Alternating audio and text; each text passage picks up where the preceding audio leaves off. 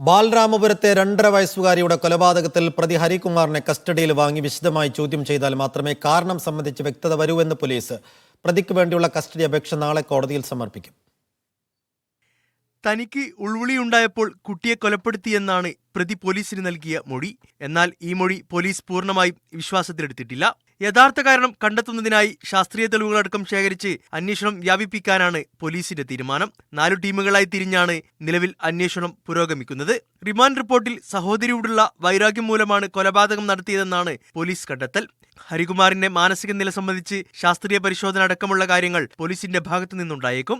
പരിശോധനക്കയച്ച ഫോണിലെ വിവരങ്ങൾ കൂടി ലഭ്യമാകുന്നതോടെ കൂടുതൽ വ്യക്തത വരുമെന്നാണ് പോലീസ് നിഗമനം. ജ്യോത്സ്യൻ ശംഖുമുഖം ദേവിദാസനുമായി ബന്ധപ്പെട്ട സാമ്പത്തിക ഇടപാടുകളും അന്വേഷിക്കുന്നുണ്ട്.